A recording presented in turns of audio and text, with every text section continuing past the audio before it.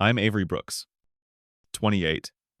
While I buried my grandmother alone in Cleveland, my family checked into a Scottsdale resort using her life insurance, and the attorney called them out at the front desk.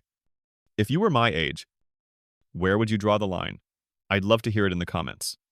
The morning felt colder than any forecast had warned. Cleveland does that gray skies that decide your mood before you get a say. I stood in the foyer of a small funeral home with a folded program in my left hand and a tissue I forgot to use in my right. The carpeting was a tired blue. The wall clock ticked without mercy. When a director in a black suit asked, "Ready?" I nodded, because there was no one else to look at. The chapel was modest. 4 rows on each side. Aisle down the middle. A small arrangement of lilies that carried the kind of sweetness you only notice when you are exhausted. The first 2 rows had placards that read families. I stared at those cards as if they might animate into people coat sleeves. Whispers. A shared breath. Nothing.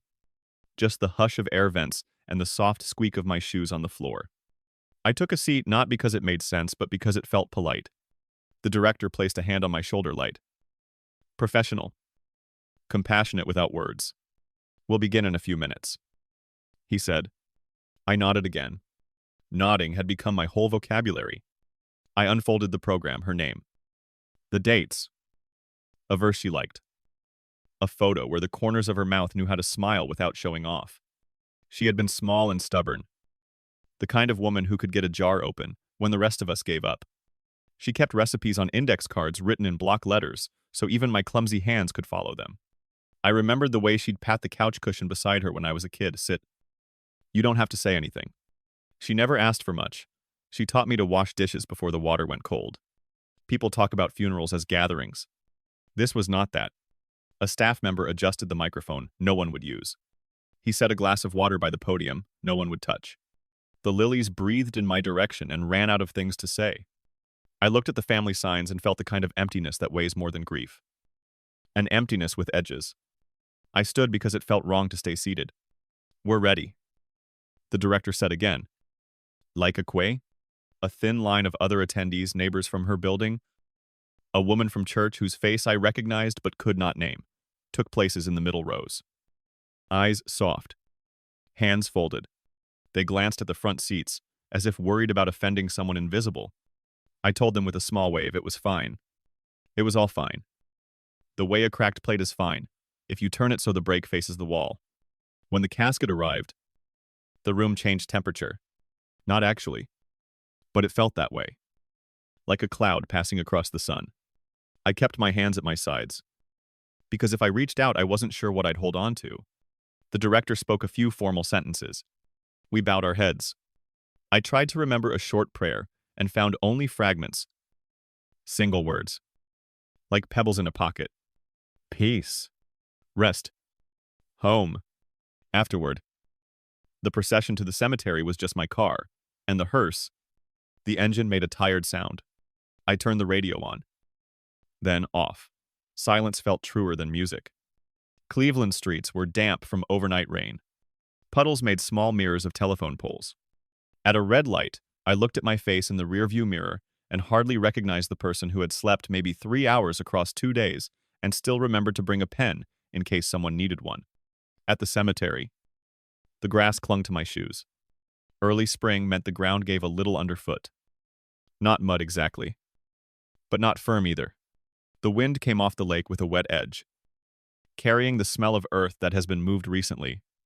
A groundskeeper nodded in that respectful, practiced way you learn when you work, where people say goodbye for a living. He tugged his hat lower and let me stand too close to everything without telling me the rules. I was grateful for rules left unspoken. The minister could not come. Or maybe there wasn't one. I had lost track of who had been called and who had not returned calls. The director read a stanza from the program and paused where a family member might have stepped in. I cleared my throat. The words that rose were not grand. She taught me to rinse dishes right away, I said, and felt ridiculous. Then suddenly not ridiculous at all. She kept a sweater near every door in case someone forgot. And she saved the last piece for whoever walked in late. The neighbors smiled in the small way strangers do when they understand something intimate without needing the details. When the casket lowered, the sound of the mechanism was quiet but not invisible. I watched until the motion stopped. I pressed my palm against the lid for a moment, wood cool beneath my skin, and told her the 3 words I could find. I've got it. It was a promise and a confession. I did not have it. Not really. But there was no one else to say those words to. A staff member handed me a flower. I placed it carefully. The petals brushed my knuckles. A breeze lifted my hair and set it back down. Across the path. Another service was beginning. A larger one. People clustered, holding each other up. For a second, I envied their noise. Then I felt relief that no one was trying to arrange my feelings for me.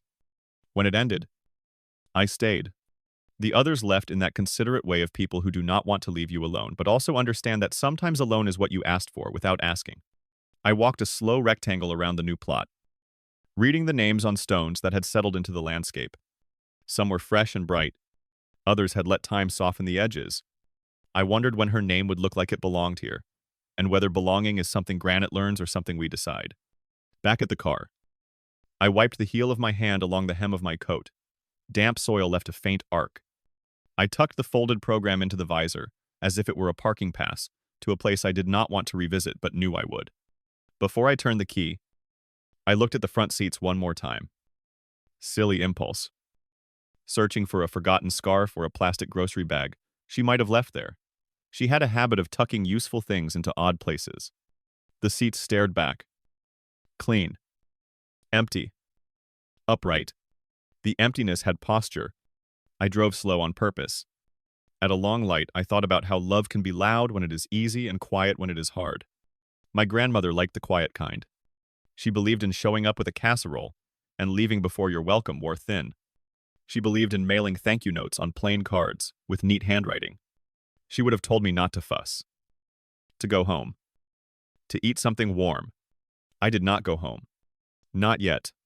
I turned left and let the road take me past the grocery, where she used to buy the same bread every week.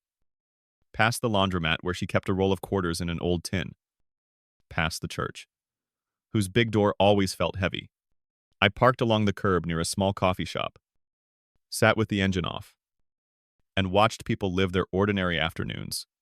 A couple argued gently about nothing. A teenager balanced a box of pastries like it held a crown. A delivery driver hummed to a song I couldn't hear. The world did not ask my permission to keep moving. I went back to the cemetery once more before the sky dimmed. I brought the lily the director had set aside for me, its stem wrapped in damp paper towel, and placed it beside the first flower. I brushed a leaf away from the nameplate, arranged the ribbon so it wouldn't blow into the wet edge of the sod, and stood there long enough to feel my toes go cold. The wind had shifted.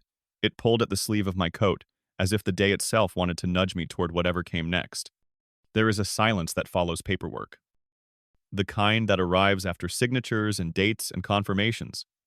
That silence filled the spaces between the headstones and followed me to the gate. When I reached for the handle, I imagined her hand on mine. Not to stop me. Not to push me. Just to share the weight for a second. At the curb, I looked back at the rectangle of fresh earth one last time. I've got it, I said again. A little steadier. A gull arced overhead and shouted something only birds understand. The sky. Undecided all day. Decided to hold. On the drive home, the radio stayed off. The air felt warmer inside the car than it did outside. My breath fogged the glass a little. I cracked the window and let the air change. I kept thinking of those front row chairs with their reserved signs, how the cards stayed perfectly straight while everything else tilted. The memory sharpened into a thought. I did not say aloud seats tell the truth about who showed up. Mine had told it plainly. At my building, the elevator doors opened with a groan. I'd heard 100 times. The hallway smelled faintly like someone had burned toast. Inside my apartment, I set the program on the counter and washed my hands longer than necessary. The way you do when you want to scrub time off, as well as dirt. When I looked down, there was a crescent of soil under one fingernail. I left it for a minute. Proof that the day had been something, and not just a story I would tell.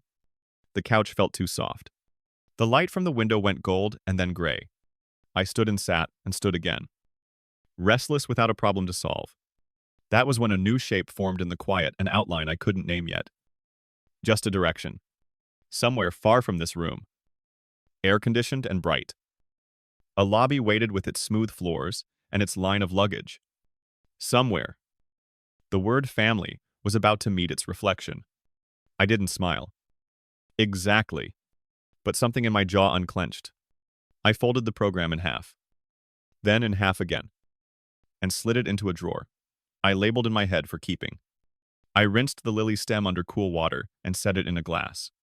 I looked at my hands. Clean now? And thought of hers. The way they used to tap the table when a thought was coming. I listened for that tap in the quiet. Night walked up the windows. The city hushed in small steps. I turned off the main light and let the room settle into the kind of darkness where edges soften. Tomorrow would be ordinary in all the ways that matter. Tonight was for remembering the exact weight of a promise, and the way it feels to stand by it with no one clapping. I slept with the window cracked. The way she liked it. Air moving. Not trapped. Somewhere between one breath and the next. The day let go of me, and I let go of it back. By midday, the sky had settled into a flat gray that looked like it would stay until tomorrow. I stood in the funeral home's entry again, the way people revisit a room to make sure they have not left their keys, and felt the day press lightly on my shoulders. The director met me with the same practiced kindness as before. "We'll take care of the final transport notes," he said. "You've done what you needed to do." "Thank you," I told him, and meant it. There was nothing else that needed saying. Kindness is a language best spoken in small words. He held out a paper sleeve with a few extra programs inside. I slid them into my bag. Not because I had a plan for them, but because having a few more copies felt like not running out of breath. We reviewed one last signature name, to date, a line for relationship, and I wrote the letters slowly so they would look like they belonged together. He asked if I wanted a moment in the chapel. I shook my head. I had already said what I could say. Outside, the parking lot was slick from an earlier drizzle. The pavement made the tires of passing cars sound like someone whispering across a carpeted room. I stood there a second longer than I needed to, breathing in air that smelled faintly of carnations and rain. Then got into my car. I kept the radio off again. Quiet felt like the only station that made sense. The drive back to the cemetery was short. 2 turns, and a stretch where the road dipped before it rose toward the gates. I had left the lily and a glass of water in the passenger footwell. Wrapped in a piece of paper towel, the director had dampened for me. It looked fragile and stubborn at the same time. Like the way my grandmother used to hold a grocery bag light grip. Sure steps. At the gate, the groundskeeper from earlier tipped his hat. He did not ask why I had returned. I appreciated that about cemetery people. They handled grief the way a good tailor handles fabric. No snatching. No forcing. To just guiding it into shape so it could hang the way it was meant to. I walked the short path to the new rectangle of earth. The first flower I had left rested where I'd placed it. A little wind-kissed but steady. I set the lily beside it. Stem parallèle. Petals facing the nameplate. A thread of sunlight slipped from behind the cloud cover and lit the letters for one measured breath, then folded itself away. I took it as a nod. I brought one more. I told her, my voice low. You always like things in twos. 2 sweaters by the door. 2 spoons for tea. 2 cookies, because one looked lonely. The breeze answered with a cool hand on my cheek. Or maybe it was just the breeze. Either way, he felt steadier. I smoothed the ribbon so it wouldn't dip into the damp edge of sod. Then stepped back and looked at the plot, the way you look at a freshly made bed checking corners, smoothing a wrinkle with the back of your hand. On my way out, I stopped at the small table where visitors leave things that do not belong in the ground, plastic wrapping. Bent wire. A note that had lost its envelope. I tossed the paper towel, folded the tape tabs into themselves, and wiped a dark streak of soil off my coat with a tissue. The stain lightened, but did not vanish. Good. Not all marks need to go. Back in the car. I sat without turning the key. Across the lane, 2 people stood at a different grave, talking with the careful tones of those, trying not to let their voices crack. They passed a bottle of water back and forth and laughed once. A brief, surprised laugh that did not disrespect anything. Grief has a strange way of making space for laughter and insisting it pays its share of the rent. I drove home the long way. The city had changed not at all, and entirely bridges where they had always been. Traffic lights doing their steady work. A bus stop with its shelter of scratched glass. I wondered how many people had walked by me last week and thought I looked ordinary, and how many I had walked by who were carrying something heavy I could not see. My apartment greeted me with the same quiet it had left with, I placed the extra programs in a drawer and labeled it in my head again. For safekeeping, then took one copy back out. I set it on the table and pressed the crease flat with my palm. The photo on the front had been chosen because it was honest, not glamorous. Not old-fashioned. Just her sitting in her favorite chair with a cardigan draped over the back. I traced the edge of the cardigan with my fingertip. The printer had captured the knit pattern well enough that my mind supplied the rest, the faint smell of cedar, the softness that comes from being washed 100 times with ordinary soap. I boiled water for tea because ritual matters. When the steam fogged the kitchen window, I drew a small circle in it with my knuckle. The tea tasted like hot water with a memory. I drank it anyway and felt my shoulders drop half an inch. I washed the cup right away, the way she would have asked, and set it upside down on a folded towel to dry. On the coffee table, I arranged a small corner that felt like a pause, the program. A votive candle I had in a drawer. The lily's empty wrapper folded into a neat square. I lit the candle and watched the flames settle. I did not make a speech. I did not need to. Warmth and order were their own words. Later, I went into my bedroom and pulled a shoebox from the closet. Inside were a few things I had gathered the week before, an old scarf of hers. The kind of floral print that looks dated until it becomes classic again. A recipe card for her lemon bars. The writing plain and certain, a tiny tin where she had kept sewing needles, its lid dented from a drop I could remember hearing but not seeing. I spread the scarf across the end of my bed and set the card and the tin on top of it. For a few minutes I just stood there, letting the objects speak in that quiet way. Objects do. Boundaries, I reminded myself, are not walls you throw up overnight. They are lines you draw with a pencil first. Then, go over in ink when your hand stops shaking. I took my phone from my pocket and scrolled to the group thread that had been noisy in other years, and oddly mute this week. I did not leave it. I did not write a speech. I opened the settings and turned off notifications. The silence that followed was different from the earlier quiet. It was chosen. In the kitchen, I made a simple late lunch because the human body is stubborn about needing food even when the heart forgets. I sliced bread and spread something soft on it. Added a few tomato slices. Sprinkled a pinch of salt, with the authority of someone who has watched a person who knows what they are doing. I ate standing at the counter with a napkin tucked under my plate, the way she would have insisted. Then washed the knife and the cutting board, and left them to dry in the rack. Angled just so for air to do its work. The afternoon sagged into that middle hour, when light seems to forget where it planned to go. I took the scarf back to the shoebox, set the recipe card underneath it, so the ink would not fade in the candle's glow, and slid the tin of needles into a corner where it would not rattle. I closed the lid and carried the box to the hall closet. On the top shelf sat a larger storage container. I opened it and made room. The motion felt like filing something important, not burying it accessible, not erased. Before dusk, I drove to the cemetery one last time. It wasn't that I had forgotten anything. It was that leaving without a second proper goodbye had felt like walking out of a room mid-sentence. The gates were still open. The groundskeeper had gone for the day. In the quiet, I could hear a bird stitching its own story into the branches. I stood by the plot and reported the small news. The tea, the scarf, the way the candle had burned steady. You would have approved, I said, and in saying it found a shape to the approval I wanted for myself. On my way back to the car, I paused at the bench near the path and sat for a minute. The wood was cool. My hands made a small tent on my knees. The sky had begun to let color back in. The kind of pale blue that only shows up after a long gray. It was not joy. It did not need to be. It was enough.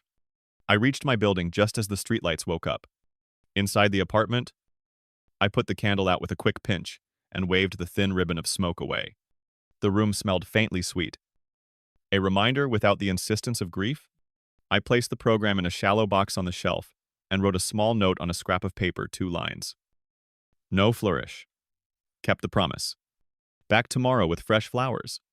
I slid the note beneath the program and closed the box. I showered, letting the water run longer than I typically would, steam unwinding the tightness from my neck.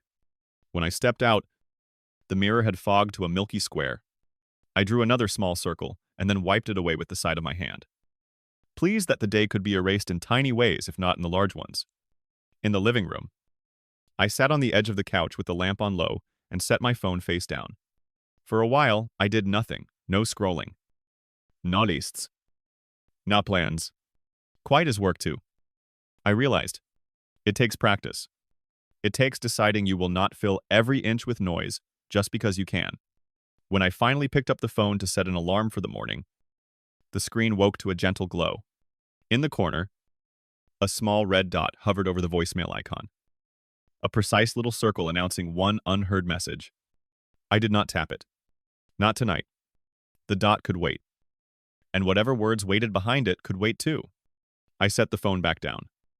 Screen dark again, and let the apartment breathe. Somewhere out in the city, a siren started and faded. A reminder that not all nights were as quiet as this one. Mine would be.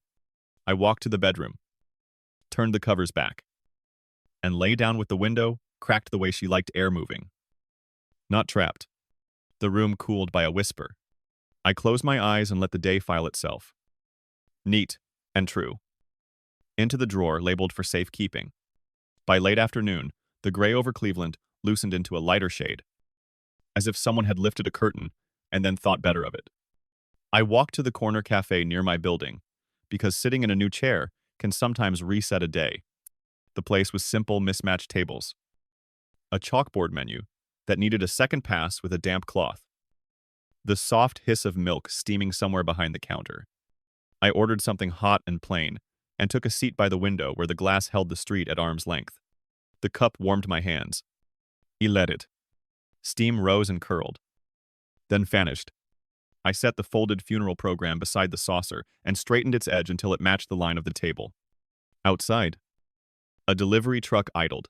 Somewhere, a car door thumped. The ordinary went on keeping time. Across the country, desert light would be bright and clean. I could picture it even without a photo, pale sky. Sharp shadows. A lobby floor, polished to a high shine.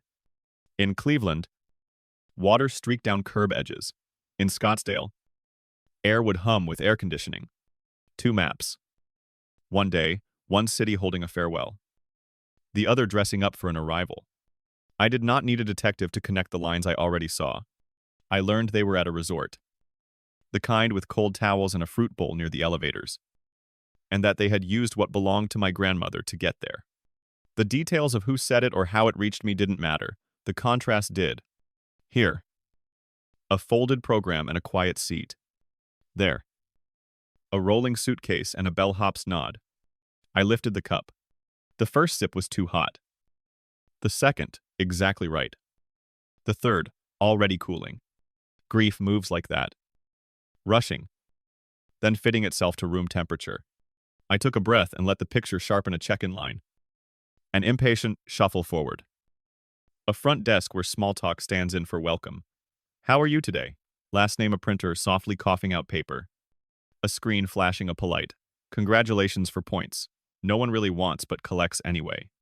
The cafe door opened and closed. A gust brought in the rustle of jackets and a few words from a conversation that had started before it reached this room. I looked down at my hands. Steady now. And decided to hold my cup without clenching. I could do that. I could choose that. I turned the program over and traced the fold as if I were underlining a sentence. She had preferred plain choices. Plain choices had kept us fed and dressed, and on time. Today, a plain choice. I would not chase noise. I would keep my side of the street tidy. Somewhere in that lobby. A carpet. The color of sand would soften the sound of wheels.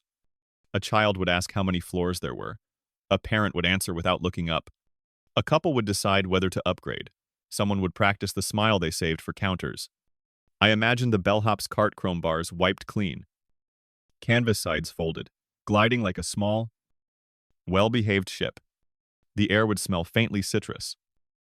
Not like fruit, exactly, but like the idea of fruit. Front desk agents would wear name tags and speak in a cadence that settles nerves and sells the fiction that travel is rest. My cup cooled to drinkable truth. I wrapped both hands around it and let the heat finish what it started. The program's photo caught the cafe light.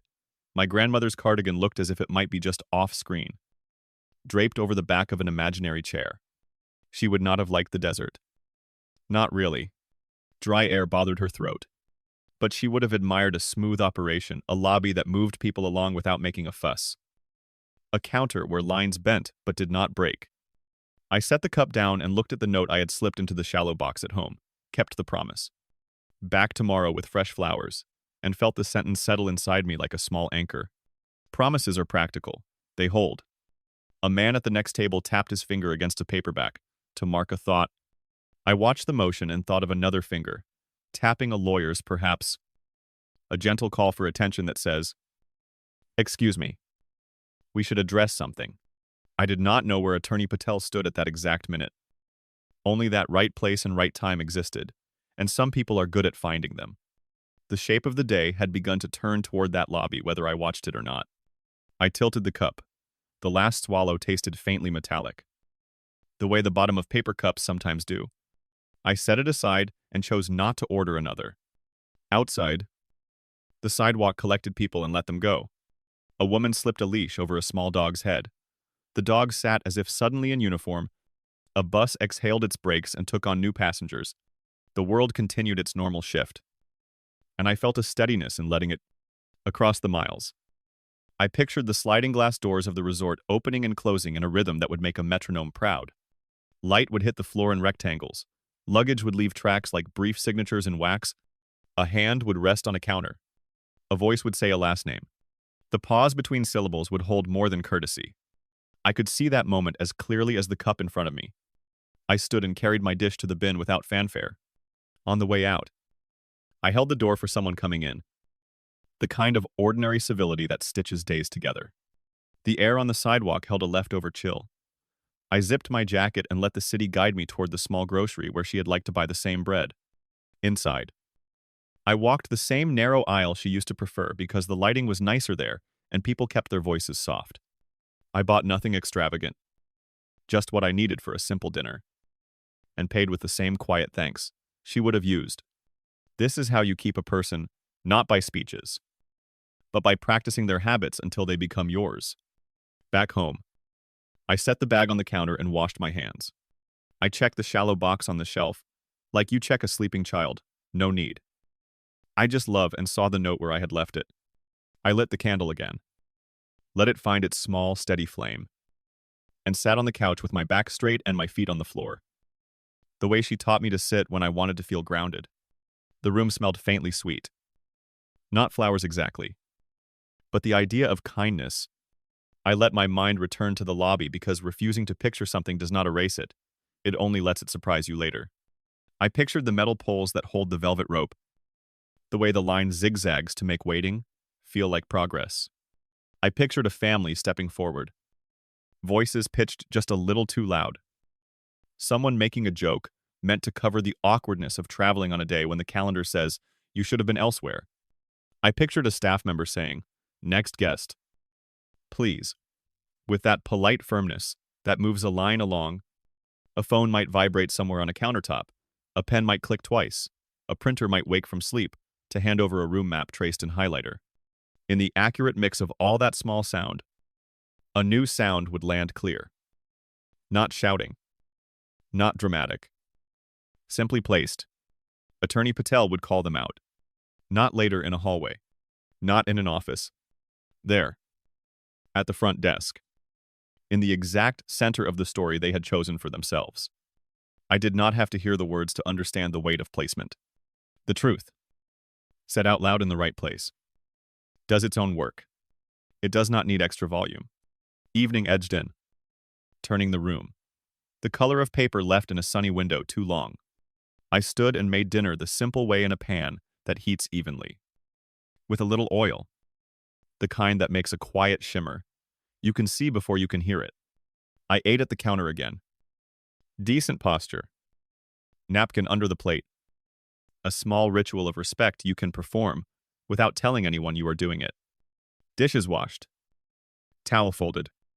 Counter wiped. I moved through the steps like reading a recipe card I knew by heart. I checked the window.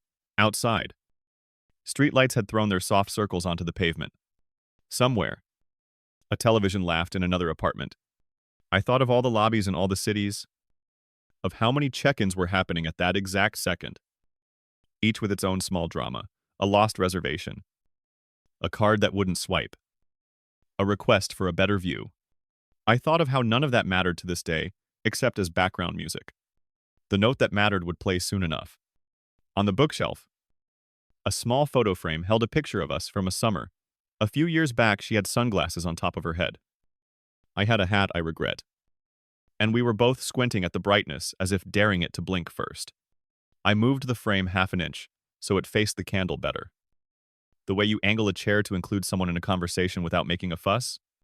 I sat back down and let my shoulders drop. The edges of the day felt less sharp. My phone lay face down with its one quiet notification sleeping behind glass. I left it like that. Across the country. Glass doors would keep sliding and closing. Sliding and closing. Until the exact minute mattered. I trusted the minute to find itself. I trusted the truth to stand up when it was called by name. When I finally turned off the candle, the wick gave a last tiny blue glow before it surrendered. I opened the window a small degree to let in the cool air moving. Not trapped. And listened to the city settle. 2 maps. 1 day. Both were honest. Both were mine. I closed the shallow box. Set my hand on its lid, like a quiet amen. And let the evening carry me toward what would come next.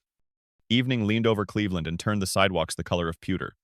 I opened the window a little wider and let new air move through the room. It smelled like rain that had decided to be polite for once. In the kitchen, I rinsed a plate and set it in the rack at a careful angle. Small order in a small space. This is how you steady a day that has already said too much. Across the country. Light would still be bright enough to make the polished floor in a desert lobby shine like water. I could picture it without effort. Now tall glass doors sliding open. Closing. Open again. Suitcases gliding in lines. A bellhop guiding a cart like it was choreography. Not labor.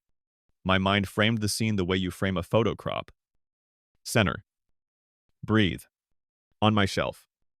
The shallow box sat exactly where I had placed it. I pressed my palm on its lid for a second. A quiet salute. Then turned the candle wick with my fingers to lift yesterday's ash free. I did not light it. The room had enough light. More would have been showing off this. I sat on the couch with both feet on the floor and let my shoulders fall into a posture that meant ready. The lobby I imagined was not theater. It was infrastructure. Velvet ropes formed a patient maze so the line could pretend to move, even when it stood still. A family stepped forward in that way groups do. Bodies not in unison. Voices, half a beat off. Someone adjusting a strap. Someone joking to fill a space that did not need it. The counter stretched like a miniature runway. Behind it, screens glowed in the even blue of systems that never sleep. Next guest. Please. The front desk agent said. Voice balanced between friendly and firm. A printer made it soft. Tidy cough. A thin map slid across the counter with a rectangle highlighted where a room would become a temporary address. A pen clicked once. Another suitcase wheel found the seam between floor tiles and made a small bit. Un important bump. In Cleveland. The radiator clicked to itself, as if remembering winter. I turned it down a notch. Then back up. Then left it alone. Control is sometimes knowing when to stop adjusting. I set a glass of water on a coaster and took a measured sip. It tasted like nothing. Which is exactly what you want water to taste like. They would have been asked for a name. They would have given it. The agent would have matched syllables to letters on a screen and said something careful about rates and incidentals. Someone at the counter might have made a small joke about a view or a floor when people stand at a desk. They often audition for belonging. Behind them, the line shifted like a school of fish. I did not try to write their lines for them. I only set the stage as it was. Lobby air carried a hint of citrus. A clean space smell. Not nature, but a convincing imitation. The bellhop waited with that precise patience hospitality teaches you stand present without hovering. The cart's chrome caught a rectangle of sunlight and held it like a percussionist holds a last note before the finale. My phone lay face down on the table. The single red dot on the voicemail icon still waited behind glass one message. One circle. One thing not yet entered. I left it. If the day had taught me anything, it was that not all doors need to be opened the minute you find them. At the front desk, I could almost hear the soft slap of a passport book or the quiet slide of a driver's license across laminate. The agent would nod. A keyboard would murmur. The line would breathe in a fraction as a new guest arrived at the rope's bend. A child would ask how many floors there were. Plenty.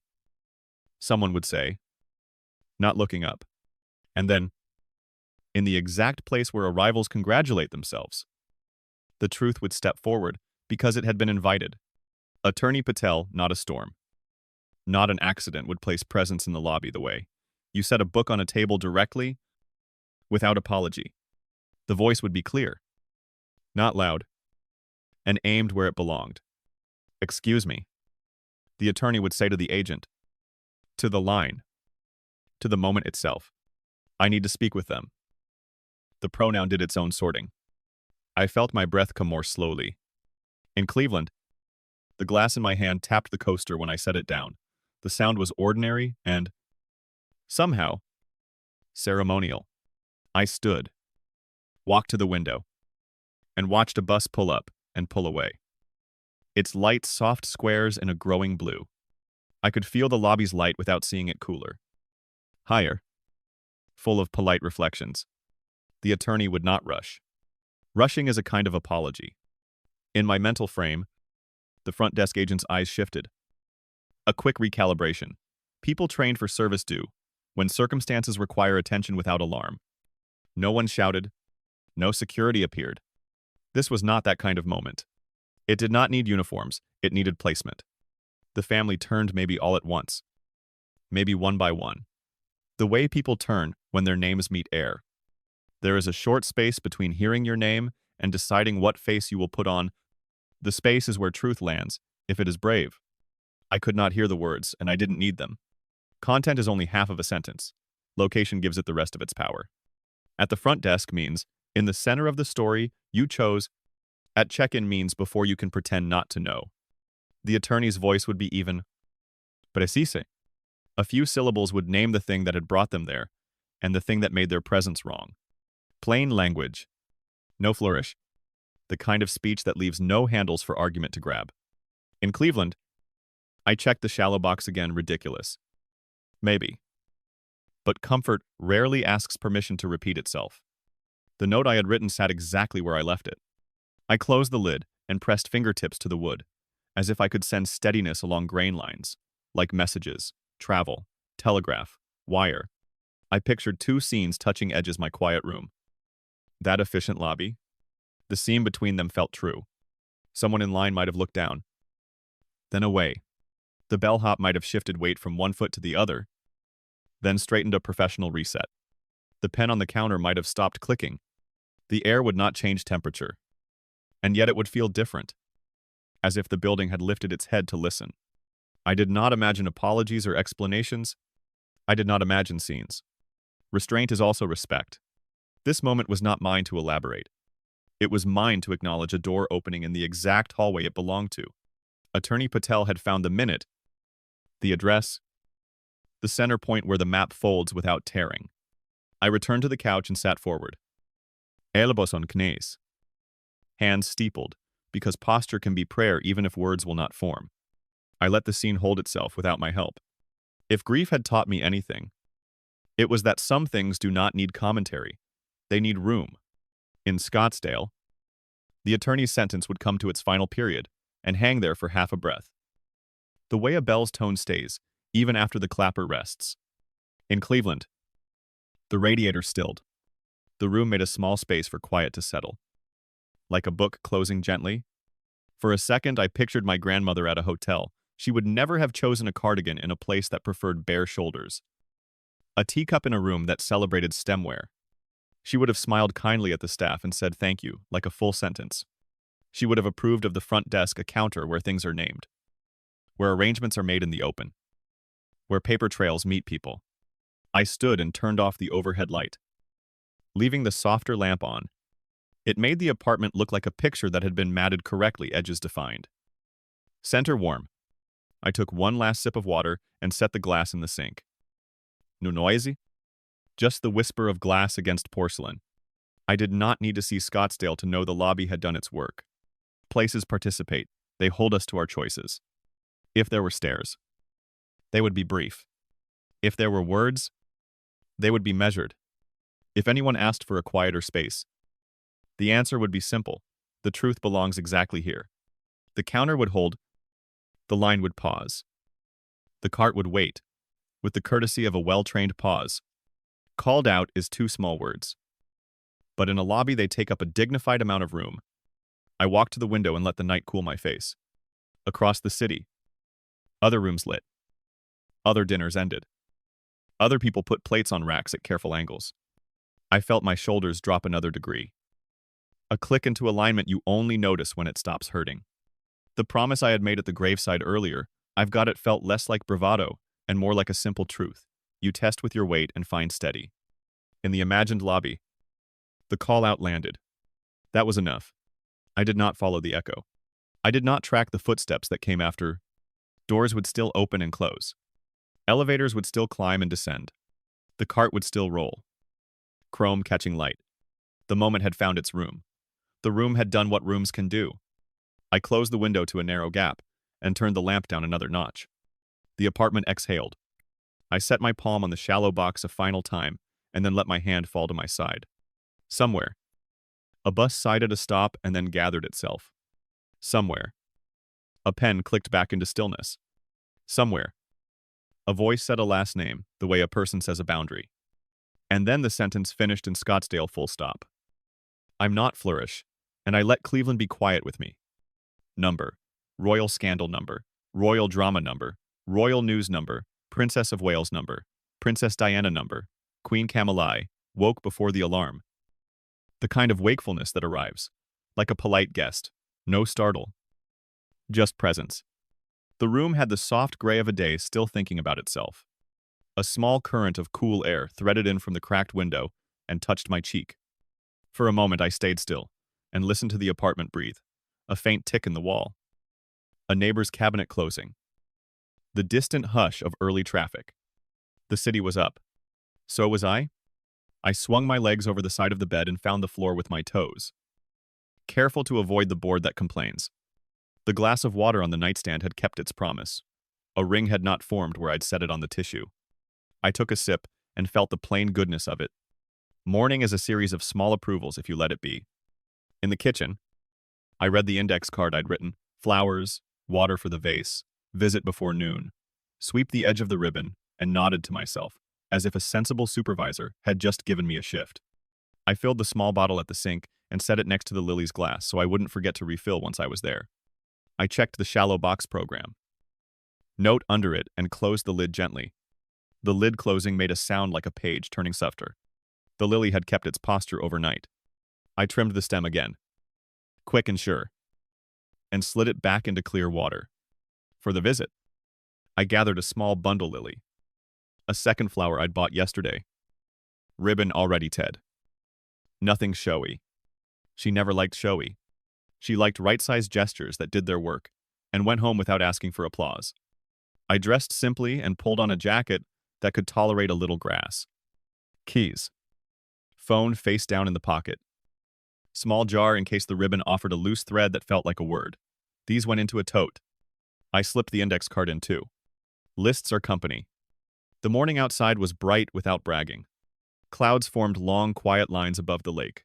A bus sighed and lumbered past, polite as a large animal that knows its size. I drove the route. My hands already knew 2 turns. The dip. The rise radio off. Window cracked.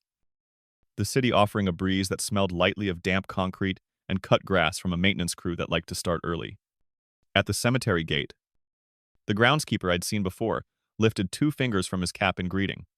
I returned the gesture, grateful for the language of small nods. The gravel path kept its crunch underfoot, a sound I had begun to associate with arrival rather than departure. The bench near the plot held a bead of dew along its metal edge, a little string of pearls the morning had made and forgotten. Her place looked as I had left it, flowers aligned, ribbon resting above the damp edge. Nameplate. Clean. I knelt and brushed away a fine scatter of leaf bits. The breeze had laid down overnight. I switched the lily for the fresh one. Trimmed. Placed. Pressed the stems together so they behaved like friends. The second flower took its position, as if it had been waiting for assignment. Brought company. I said. Low. Also water. You would remind me. I unscrewed the bottle cap and gave the soil a careful drink near the stems. Not too much. The ground accepted it without complaint. I smoothed the ribbon where it had tried to curl and wiped a smudge from the corner of the nameplate with the corner of my sleeve. A blade of grass had grown just long enough to look untidy. I pinched it off with thumbnail and forefinger and tucked it into the small jar as if it were a sentence fragment worth keeping. The bench was cool when I sat. I let my hands rest on my knees and watched the light find edges, the bright on the stone, the silver on the dew, the shadow where the ribbon cast a soft line. Birds held a quiet meeting in the nearby tree. Not loud, not solemn, just present. Across the path, a new arrangement had been set at another plot, white and green. The colors of a calm room. The people who had set them weren't here now, but you could feel the visit in how carefully the stems had been tucked. I told her. The small news slept with the window cracked. Changed the thread name to something that would stop tugging. Kept the lily upright. Planned to bring bread later, like she would have stalked. I said it plain. The way she had taught me to turn in a report, facts first. Feelings and sentences that fit in the margins. The feelings that wouldn't fit, I let the morning hold. A breeze came up and pressed the ribbon slightly. Testing my work. It held. Satisfaction can be as simple as a ribbon cooperating. When the sun cleared, the long thin clouds, the grass woke a shade brighter. Dew surrendered without argument. I stood and paced a small square along the edge of the path until my legs decided they had done enough sitting. I looked at the name again, a name I had known in kitchens and grocery aisles and living rooms now dressed in metal. I touched the metal lightly. 2 fingers. 1 beat. Present. I didn't stay long. Not out of discomfort, but because she would have reminded me that benches are for resting, not living. Before I left, I set a tiny pebble at the corner of the nameplate, not to mark anything official, but to say I was here. I saw you. I'll be back. The pebble sat modestly. Modesty was her favorite virtue. On the way to the gate, I passed a maintenance cart parked beside a small shed. Tools leaned in a tidy triangle. A broom rested. Bristles up. Like a polite person waiting their turn. I appreciated the order. It mirrored the order I was trying to keep inside my ribcage. The drive home was its own quiet gift. The lake wore a new color. A blue that thought about being green. A runner moved steady along the path. Arms and breath in easy agreement. I stopped at the small grocery and bought what belonged in my cupboard's simple staples. Nothing with a special instruction. At the register, the clerk and I traded a few words about the weather. The safe currency of 2 people who respect economy of language. I carried the bag with the same grip she used to have 2 fingers and a thumb. Efficient. Sure. Back in the apartment. I put things away and set a kettle on. Steam fogged the kitchen window again. I drew a shorter circle this time and let it fade on its own. I made breakfast simple and ate it at the counter with the napkin folded into a square under the plate. After the dishes, I wrote a fresh index card for the afternoon laundry. Replied to 2 necessary messages: stretch, walk, early night. I slotted the card under the magnet next to yesterday's Places the Tourlock. The pair looked like a plan instead of a scramble. I checked the group thread to make sure the mute had taken Sarkin. It had. I did not scroll. I did not test myself against old photos. I set the phone face down again and felt the relief of not picking a scab. The shallow box waited on the shelf. I opened it long enough to slide the small jar inside with the blade of grass and the tiniest curl from the ribbon I'd trimmed. I added a note, 2 words. Block letters held fast. Lid down. Page turned. Work. Found me in the form of small domestic maintenance laundry sorted. Buttons checked on a shirt that had threatened to wobble. A loose screw in a drawer, encouraged back into responsibility. I moved through the apartment accompanied by the sound of my own steps and the simple machine rhythms of a morning that knew what it was for. The washer muttered. The dryer hummed. A timer clicked and stopped. I folded with attention the way she had folded corners to corners, edges to edges, a whisper of a shake to release what was unnecessary. When noon got close, light shifted sharper through the window and laid a stripe across the rug. I stretched where the stripe fell, arms overhead, spine finding the long version of itself. My body answered with a quiet chorus of creaks and then gratitude. I opened the window a breath wider and let air do its old work. I sat at the desk and drafted 2 replies I had promised short, polite, on time. I read them aloud once to check for extra words and removed what I didn't need. She would have approved of the economy. I sent them and resisted the urge to refresh the screen to see whether anyone cared yet. Caring is not the same as watching a screen. When afternoon softened, I laced my shoes and walked a loop around the block. Trees along the sidewalk held new buds like small ideas. A neighbor raked last year's leaves into a neat hem along the curb. A child chalked a hopscotch grid on the pavement, numbers tilting in enthusiastic fashion. I stepped around the grid and admired the tilt. Joy can be sloppy and still count. Back home, I stood in the doorway and took in the room as if I were a visitor, arriving for the first time. Counters clear. Pillow plumped. A small candle unlit and ready, if the light leaned too far into evening. I allowed myself one moment of pride. Not the loud kind. The quiet kind that says, "This will do." Beat. I checked the lily. It had opened another millimeter. A shy boast. I topped off the water and thanked it out loud for trying. Talking to flowers is not foolishness if it keeps you gentle. Evening prepared itself at the edges of the sky. I set out what I'd need for tomorrow. Fresh index card, pencil, a fresh ribbon in case the current one needed help. I looked once at the voicemail icon on the phone face. 1 dot. Same dot. I left it. By the time lights came on along the street, I had eaten, washed up, and set a book on the arm of the chair without reading it. I did not need story. I had the day. I had the bench and the ribbon and the way water disappears into soil without drama. I had a pebble that said I was there, and a jar that held a blade of grass that did not mind being chosen. Before bed, I stood again at the window. A light breeze lifted the curtain and set it back down. A slow breath. Somewhere in another state. A resort lobby would be different. Now, no one there would know why, but the air would remember a sentence that had landed where it belonged. Here. My apartment remembered the way morning had held. That was enough. I turned off the lamp and let the room find its outline in the dark.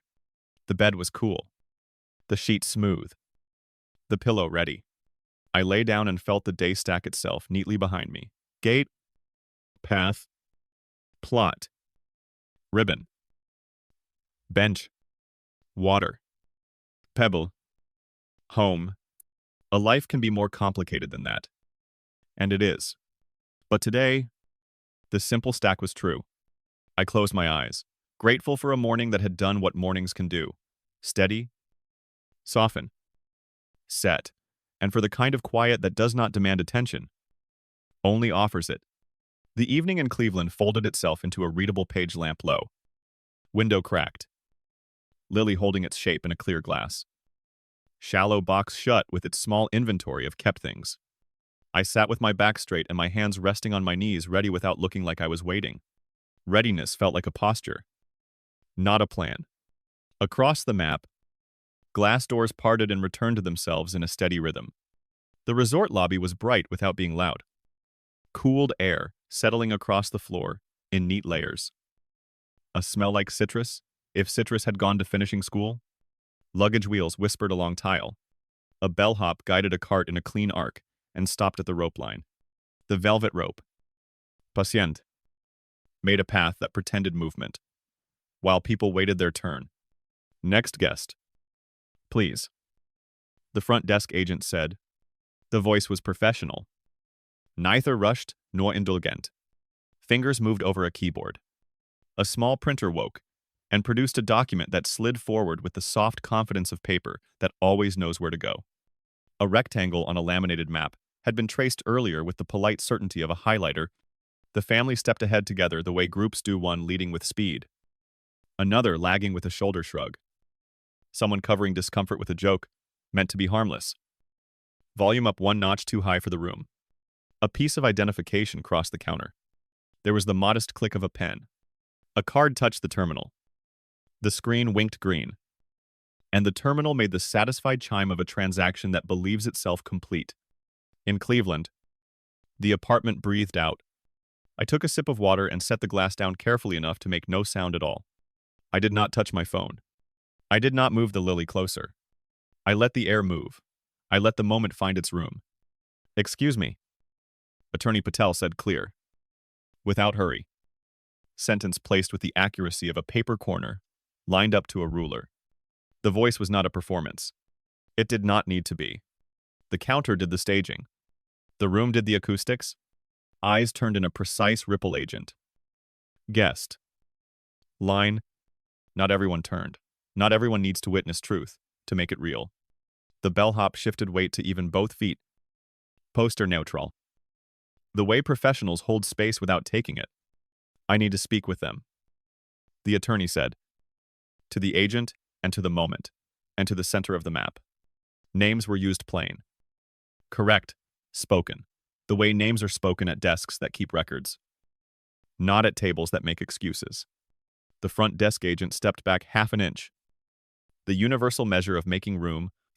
In the small pause that followed, a child in line asked something about how many floors the building had. A parent answered softly, and the answer dissolved into carpet. The lobby lighting held steady. People continued to arrive and be sorted into the geometry of stay keys. Numbers. Signatures. The room did not stop for drama. It allowed clarity to sit down among routine.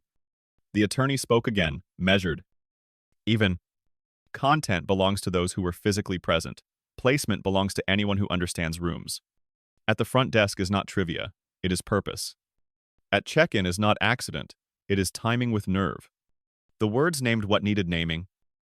No adjectives attached. No decorative language to lean on. Plain speech stood up on its own.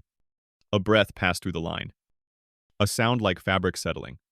The pen on the counter did not click. The printer did not offer a new page. The bellhop's cart waited with an expression carts have when they understand that waiting is part of the service. The agent kept posture but let the forehead soften in that minimal way that signals attention without editorial. Someone in the group shifted. A strap was adjusted. A pair of sunglasses found a new perch. The window doors continued their slide and return. A guest who had already received keycards stepped around the ripple. Gaze trained on the elevators as if vowed to mind one's own business were an oath. A traveler could take. No one raised a voice. No one needed to. The sentence had landed. The room acknowledged it. In Cleveland. I sat very still. The kind of stillness you choose because there is nothing you can add that would improve the moment doing its own work. I thought of the first two rows in the chapel and their perfect little signs. Rooms tell the truth about who shows up. Lobbies. 2. The attorney's tone did not move. It didn't need to. Trajectory had been set. A fact placed in the ledger of air. Public enough to count. Precise enough to fit. The front desk agent offered the small nod. That means yes. We have heard you. Yes. This belongs here. Even the carpet seemed to respect the sentence. Absorbing everything except what needed to be held. If there were replies, they were not loud. If there were looks, they did not matter more than the fact of placement. A person in line checked a watch and then decided the time could forgive itself. Another rolled a suitcase a half-inch forward and realized forward was not the direction available anymore. The terminal's green light had already gone to rest. The moment, not the machine, now held the attention. I pictured a breath, just one moving through the attorney's chest and out again. Steady. Good work is often quiet. Good timing is not the same as luck. It is listening to the hinge of a day and choosing when to push. The hinge had swung. The door had opened. The sentence had walked through. Back in my apartment. I let my shoulders drop. The lily's shadow fell across the table in the shape of a soft hand. I touched the shallow box and felt the grain of wood run under my fingertips. To a tiny map that always leads to the same place, kept the promise. The jar on the shelf held a blade of grass that did not know. It had become proof that mornings can hold.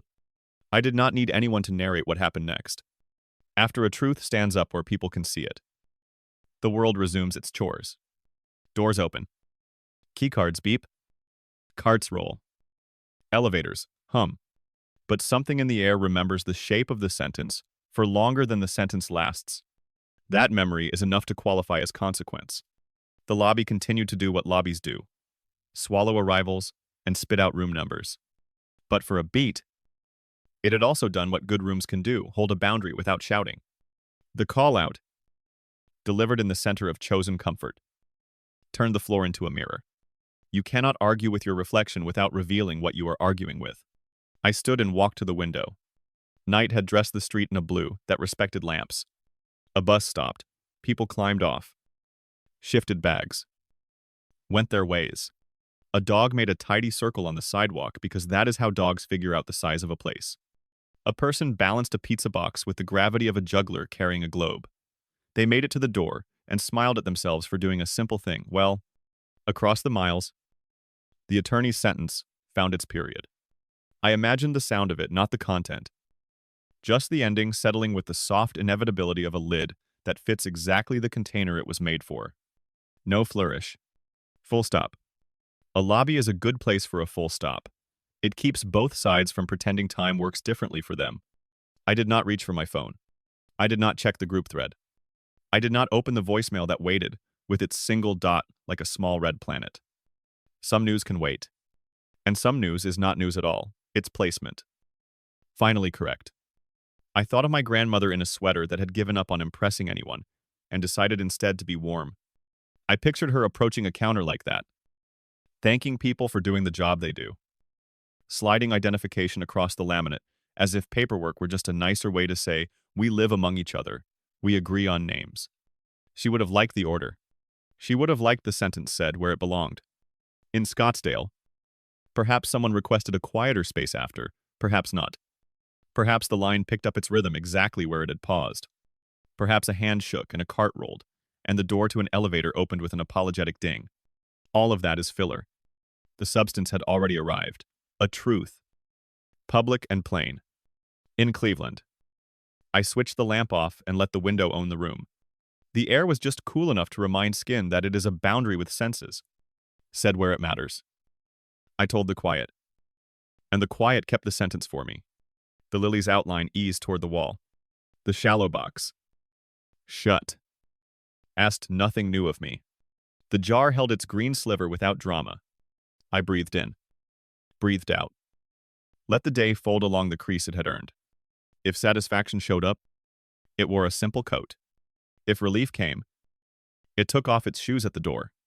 I let both stay. Across the map, a lobby finished being a courtroom for a moment and returned to being a lobby. Here, a small apartment stopped bracing and went back to being a home. I went to the bedroom and smoothed the sheet once with the heel of my palm. I looked once more at the window gap, just a finger's width, and left it. Air moving. Not trapped. The sentence had been spoken in the place that makes sentences count. That was the justice available to this story. It was enough. I lay down and let my breathing meet the city's. Even and unremarkable. The kind of rhythm you only appreciate after a long day that needed a hinge and got one. Evening returned like a familiar visitor who knows which chair is theirs. I turned on a lamp and let its small circle of light gather the room, the lily holding its posture in clear water. The shallow box where I had left it. The jar on the shelf with its thin blade of green, and the shy curl of ribbon. The apartment looked the way a sentence reads when every comma sits where it should, no rush. No stumble. I made a simple dinner because hunger is honest. The pan warmed. A small ribbon of oil traveled its surface. A quiet sizzle said yes to heat. I ate at the counter with a folded napkin underneath the plate and rinsed everything right away. The sink sang a narrow song and then went silent. I dried the pan and set it back in place. Order is a conversation you can have with a room. After, I pulled the shoebox onto the table and lifted the lid. The scarf went first, spread like a small field. I set the recipe card near its edge, and the tin of needles in the top corner. The arrangement did nothing grand. It simply said, these pieces belong near each other. I took the pencil without an eraser and wrote on a fresh index card a line for today. A promise for tomorrow. The pencil left a quiet mark. Nothing glossy. The kind that stays because it intends to. I leaned back and closed my eyes long enough to hear my own breath. In the space behind my eyelids, The chapel appeared for a second, the empty front rows with their tidy signs. The shape of absence made neat. Then the lobby arrived. Cool and bright. Doing its other work, turning comfort into a mirror. Both rooms told the truth about who showed up. I let the images sit side by side until they softened into each other like two pieces of fabric that share a seam. When I opened my eyes, the apartment waited without judgment. I slid the scarf, card, and tin back into the shoebox and returned it to the nightstand. On the table, the shallow box held the program under the note I had written 2 nights ago. I lifted the note and added another beneath it. 3 words. Block letters, said where needed. I replaced the first note on top as if layering blankets on a bed. I blew out a breath. I had not realized I was holding, and turned to the window. The street had begun to shine in the shallow way. Streets do after a light rain, reflecting more than they contain. People moved through the shine carrying small lives, a bag of groceries, a folded umbrella, a jacket draped over an arm. A dog shook its ears and sat whenever asked. A reliable citizen. I watched the ordinary and felt it take up space in me again. The phone lay face down where I had left it. The single red dot waited behind glass. Patient, as a housefly at a window. I reached for the device and then stopped. Not avoidance. Decision. Some conversations require different weather. Tonight's weather was for making room, not for burning it up. I slid the phone a little farther from the edge so it wouldn't slide off if the table shifted. That was all. Rest? I said to the room. I'm not sure whether I meant it as instruction or request. The room complied either way. Lamps know how to make a pause without applause. I pulled on my jacket and took the short walk outside to stand under the first open patch of sky I could find between buildings. Clouds had thinned to a scrim. The air smelled faintly like wet concrete and something green remembering itself. In the distance, a train shouldered its way across the edge of hearing. I liked the sound. It promised continuity without demanding witnesses. Back upstairs. I opened the shallow box and moved the program aside long enough to tuck the jar inside so the little blade of grass would ride with the keepsakes. I wrote a second index card for tomorrow and set it with the pencil on top flowers, straight lines, early visit. The repetition felt less like compulsion and more like devotion. This is how you keep someone not by hoarding grand gestures, but by letting small ones stack until they hold. I poured a glass of water for the bedside table and placed another tissue under it. Not because I needed to, but because courtesy practice makes other courtesies easier. I turned the lamp down a notch, and then down again, until the room looked like evening. A painter would approve, edges softened. Center warm. For a few breaths, I let myself imagine my grandmother in this room, her cardigan folded on the chair back. Her approval. Arriving in that modest way, she favored a nod. A half smile. A hand on my shoulder that weighed exactly what it meant to weigh. She would not have made a speech about what happened in Scottsdale. She would have said something like, "That's that," and then asked whether I had eaten. If the window was cracked for air, if there were clean towels for the morning. Her priorities were a form of love. I went to the shelf and took down the photo frame with our summer squint and set it beside the lily. The two images past brightness, present, quiet stood together, without arguing. I knew I would carry both kinds of light for a long time. It felt bearable. On the couch, I sat with my feet flat and my hands folded loosely. When feelings tried to crowd the room, I gave them chairs. Anger took one. It fidgeted and then calmed. Sadness took another. It sat with both feet on the rung and looked at me without needing to be shushed or fed. Relief hovered, unsure if it had earned a seat. I pulled a chair for it anyway. Sometimes relief needs permission more than anything else. I wrote a final note for the shallow box. Just a line: I will visit. I will live. The pencil made the words matter by being ordinary. I slid the note on top of the others and closed the lid. The box clicked the way a latch clicks when it knows its work. The night outside deepened into a blue that welcomed streetlights, rather than fighting them.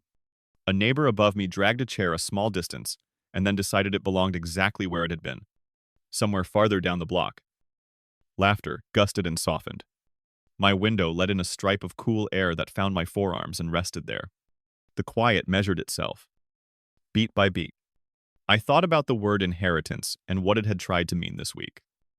Turned into a ticket for people who preferred a pool over a plot of ground. I decided that word could be reclaimed. Inheritance could also mean a recipe that keeps a family fed, a set of manners that makes rooms kinder, a habit of washing dishes before water goes cold, a belief that the right words belong in the right place. Those are things you can live on without spending. I stood and reached for the lily. One petal had edged outward. Nothing dramatic. Just the plant making its case for continued life. I topped off the water. Stay as long as you like, I told it. And the flower accepted the invitation without fuss. There was nothing more to arrange. That felt new. That felt good. I put the photo frame back on the shelf at its slight angle, the one that catches the light without glare. I turned off the lamp and let the room find itself in the softer dark. The window stayed open, a finger's width air moving. Not trapped. At the bedroom door, I looked back at the table jar. Box. Lily. Frame. 4 small witnesses that did not care whether anyone else understood their order. They were enough for me. I lifted a hand to the room. An old habit I had learned from watching her say goodnight to spaces, as if they were people who had done their jobs well. In bed, the sheet cooled my skin and then shared its warmth. The building made the familiar creak in the wall, as if reminding me we were both older than we looked. I smiled at that and let the smile stay. Before closing my eyes, I formed the sentence she would have wanted last rest. And let me live. I said it because I meant it. And because meaning is what makes quiet into more than silence. The city sighed. The night settled. Across the country, a lobby had long since returned to impartial brightness. The sentence said there would continue to do its work without me watching. My work here was smaller, and, somehow, harder to keep visiting. To keep placing things straight. To keep choosing the weather. I let in. I breathed 1, 2, 3, until breath became the whole story. The lily stood. The box kept its promise. The blade of grass remembered the bench. And I, with windows cracked and lines I could keep, let the day close on its clean hinge and make room for the next.